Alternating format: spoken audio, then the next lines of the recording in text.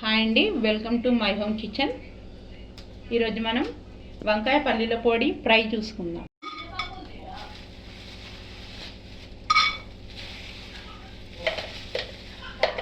పల్లీలు,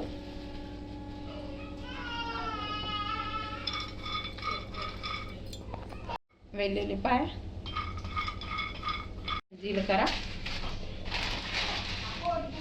కొంచెం మెంతులు, ఎండుమిర్చి, కారానికి సరిపడా ఎండుమిర్చి వేసుకోవాలి. ఆయిల్ వేసుకోండి. కొన్ని జీలకర్ర ఆవాలు,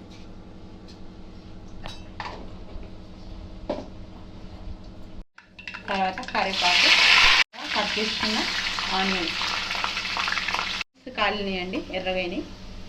తర్వాత వంకాయలు గుత్తి వంకాయకి ఎలా కట్ చేసుకుంటామో అలా కట్ చేసుకోవాలి.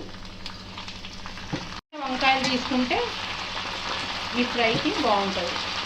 పసుపు కొని ఒకసారి కలిపేసుకొని